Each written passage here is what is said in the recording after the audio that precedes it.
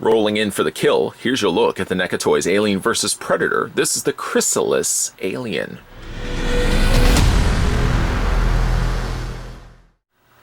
Terror grips the city of Sandrad, and it's overwhelmed by a mysterious outbreak of aliens. The cybernetically enhanced Major Dutch Schaefer and Lieutenant Lynn Karasawa of the USCMC are surrounded by a swarm of xenomorph drones when a pair of unlikely allies, predators, appear and offer a temporary alliance. Now it's battle to end all as human and predator join forces against an unending wave of deadly xenomorphs.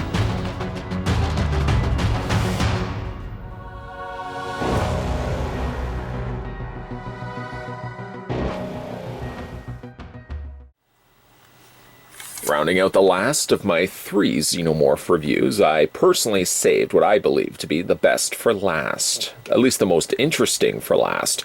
The Chrysalis Alien, a rather unique name for unique design, stands at 8.8 inches in height, which we can go ahead and switch that to centimeters. Centimeters, there we go, 22 and a half centimeters tall.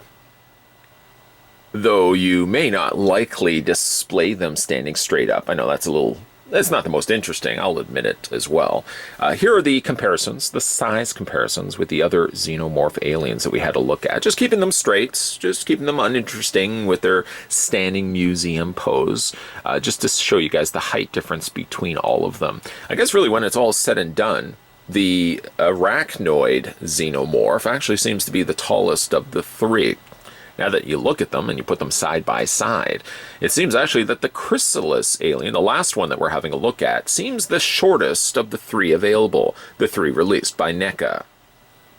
Like also with the other 2 figures, there's no accessories to come included with this figure either. Just to give you full disclosure, I just made use of a display stand at the beginning of this review because I do find that my particular figure, the right, I guess you're looking at it, the right side, the right ankle, seems very loose. So to get it in any bit more than just standing it like this, I was going for dramatic there. I probably would just recommend using a display stand, at least for my particular figure, just because it is really loose. Okay, so let's have a look at the Chrysalis Alien, one of the most unique, not only even really just for this line, but probably you could easily say one of the most unique of the alien figures that we've ever seen NECA kind of tackle. I mean, obviously one of its notable traits is the fact that it's got these bone extensions, these added pieces that are on its forehead, making up primarily a large chunk of its forehead. It actually kind of reminds me of the Predator throne chair, which we've also had a look at on this channel. But the bone work also covers over its forearms, and I guess to some extent the same coloring also makes its way also into its fingernails. Also the little blade, I guess, or spike, if you want to consider it a spike, also shares the same coloring. Let me just put it next to it. Yeah, as you can see there, the same coloring, although it does look like they probably could have maybe used another coat of paint. Seems a little unfinished on the edge of the tail blade, but still that's okay. Now, in the game, what's really neat about these ones is the Chrysalis alien would actually roll in. We used to call them, when we were younger, potato bugs, which were these little insects that had like hard shells with little armadillos. I found out afterwards they're not. We just called them potato bugs. I don't think they're actually called potato bugs, but you could nudge one and they would roll into a ball. Armadillos, kind of the same, also the same idea. So the Chrysalis alien was neat because it would actually roll into the level. And that was kind of its way of being offensive, was the fact that its offense would be the fact that it would be able to spin, like I said, into opposing Dutch or whoever else you were currently playing as.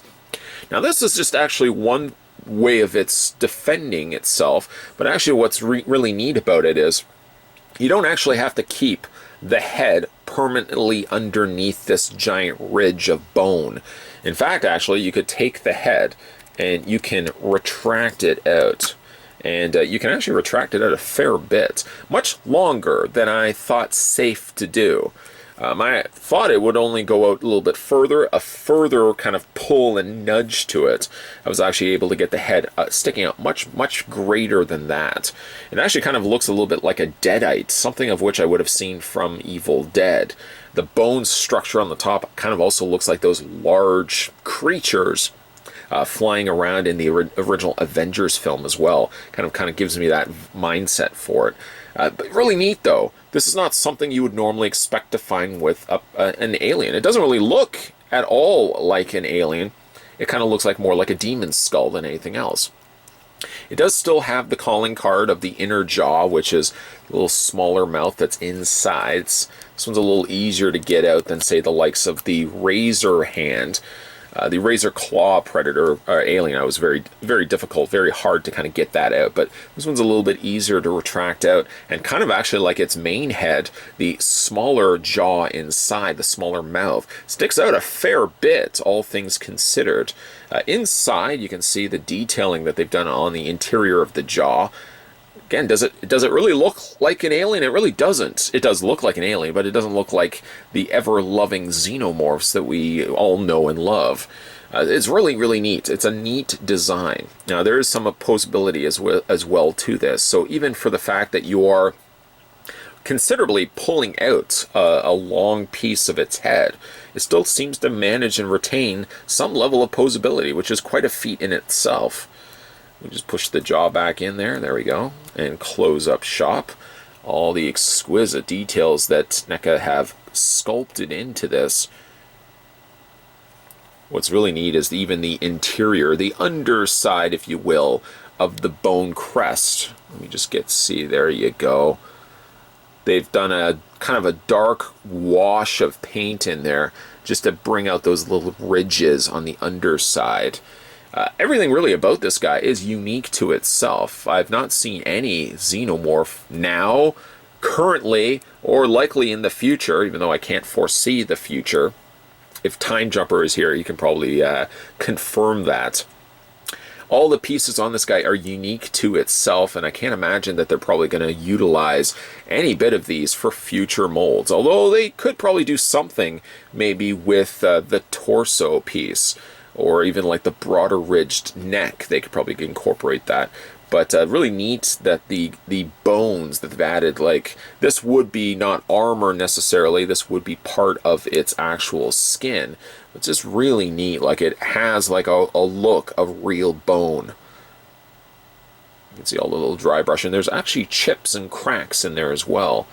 Just that extra detailing that only NECA seem to be able to be successful at accomplishing. Personally speaking, I kind of like, again, the head being pushed in, and to do that, kind of want to just hold on to the top, and you don't want to get too aggressive with this.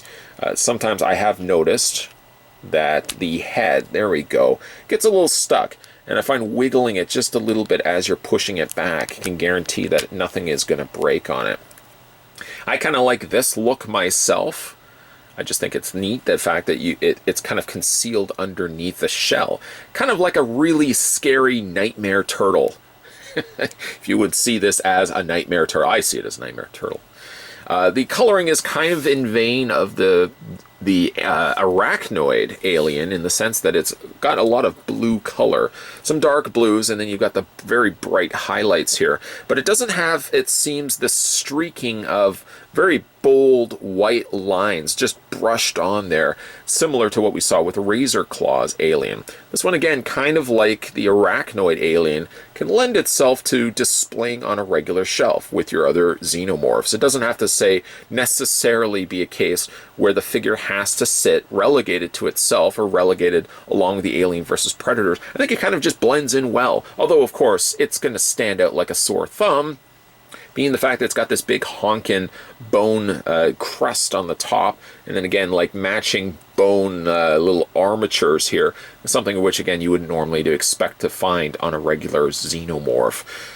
So let's have a look at this guy's posability. Now, it's still all retained there, despite for the fact it's got this extra stuff, this gimmick that allows the head to pull out. The head does rotate back and forth. It hinges up and down, and you can actually, like the arachnoid, it doesn't have this section here normally where you would pull out that spike, leaving an open crevice in which you can move the head. You can just automatically bring the head back, and it doesn't quite sit parallel, but it certainly most definitely allows the head to tilt further back than what it normally would on a regular alien figure. As for the arms, or I guess we could look at the mouth. The mouth opens and closes, although we've already looked at that. You have also the additional articulation of not only the smaller mouth on the inside, pull that back in, but then again, you also have the possibility of this section right here, which I already showed you as well. The arms rotate all the way around. There you go. They hinge out. That's on both arms, by the way. And luckily, knock on wood. Hello, who's there? Lady Luck? Come on in. Knock on wood, nothing has broken so far on this figure. I shouldn't have probably said that, but it's got a double hinge on the elbow. It seems like the elbow sections and forearms sections seem a little broader than that of the arachnoid alien, so I haven't had any problems yet with anything breaking. I don't even want to use the word yet. Yet implies the fact that I'm still thinking it's going to happen. I just be very confident in the fact that it's not going to happen. Just leave it at that. Double hinge, like I said, on the elbow. Again, a little tight, but it's still, like I said, getting it out of packaging. Just kind of do this. Don't force a joint further than it has to be. Just slowly work it in, like a relationship. Slowly build a relationship. Don't jump right in and expect marriage. That's the type of person, if you're hooking up with somebody that's immediately expecting marriage, kind of like the double hinge joint, take it slow. Take it slow. Don't rush right into that. Swivel on the bicep, swivel on the forearm, swivel on the hand, and hinges back and forth. It also does have hinges on the fingers, something which I don't know if I actually mentioned with the other the alien figures, because I didn't mention it with the other alien figures. I think I mentioned it with Razor Claws, arachnoid alien. There you go. I keep forgetting its name. Didn't have the hinges in the fingers, not that I'm aware of. This one does have the hinges in the fingers. It's just a little on the tight side. It does have an upper torso ball joint. It allows the waist to rotate back and forth, hinge up and down slightly. Doesn't move back too much. That's very little wiggle space actually to work with, but it does rotate back and forth. The legs go forward and back. They also go out, and they swivel at the top cut of the thigh, basically where it's attaching itself to the ball joint. Double hinge happening on the knee, and last but certainly not least, the foot hinges up and down, rocks back and forth, and also has a hinge back and forth on the foot. This is what I was talking about before. I know that you forgot about it too. I forgot about it too. This is bothering me a bit on the figure. This foot, it's not so bad. These feet, these two toes here, little on the loose side. As a result of this, getting the figure to stand at least in a pose greater than just yawning it and standing in a museum pose. If I wanted to get anything more than that, then I made use of a display stand, which, like I said, isn't included with the Chrysalis alien. My, Chrysalis alien, you are a unique specimen. Looking at it with the neck extended out, the head extended out the way that we are seeing it right now. I mentioned it looked a little bit like a deadite. Kind of reminds me also a little bit like the hybrid alien that was in Alien Resurrection, which so happens to be also a figure that's in the pipeline for NECA Toys. We're going to be getting that one soon. If not, it's already out now. I don't think it's out. I think we're going to be getting it soon. Kind of reminds me of that a little bit as well. Kind of reminds me of a terrifying turtle. Reminds me of many things. And then at the end of the day, does it remind me like an alien? Not really. And only because, sure, the body does look like a xenomorph, but the head and everything else really makes it look very much unique and not something that we've ever seen before. Will we get a likeness like this again? Probably not. Because that was one of the beauties of Alien vs. Predator, the arcade game.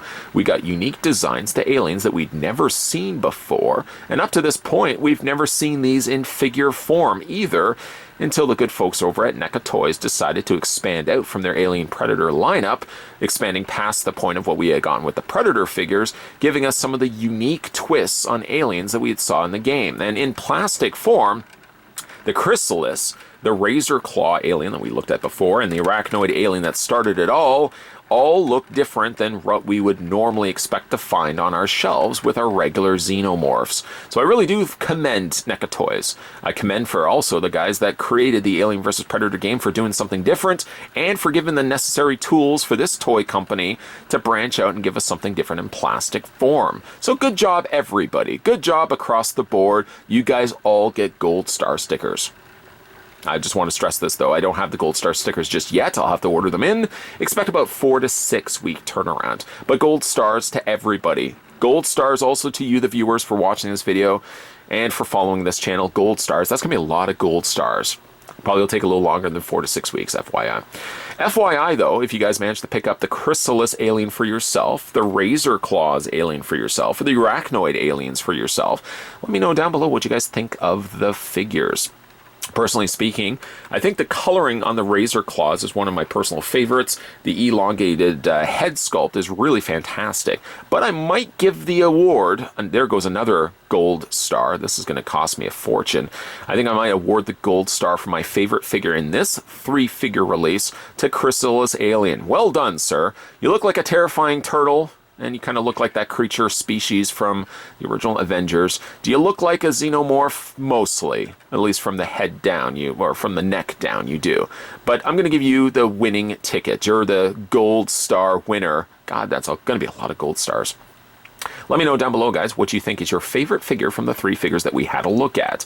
Is it Chrysalis Alien? Am I absolutely wrong and you think instead it should be Razor Claws? Always like reading your comments down below. And speaking of down below, if you are new to this channel or a long-time viewer and just never got around to subscribing, make sure you hit that subscribe button, my friends and colleagues of the mob, and turn on your bell notifications so that when new videos like perhaps this or future alien figure reviews, if that is your cup of tea, then you'll never miss a beat and you'll always know when new videos on this channel are coming up. Speaking of coming up, as I probably had mentioned and alluded in previous reviews, got a whole slew of new NECA stuff sitting on my shelf. I'm looking at right now. Well, that's not true. I'm looking at Chrysalis Alien, but from like the corner of my eye, there, I'm doing it right now. I can see a whole bunch of NECA stuff that I'm going to still review, so I can just tell you FYI, there's a whole bunch of new NECA reviews in the pipeline. I don't really know what that means, but it's going to be coming up and coming soon to this channel, so stay tuned for that. Thanks for watching, guys, and I'll see you guys next time.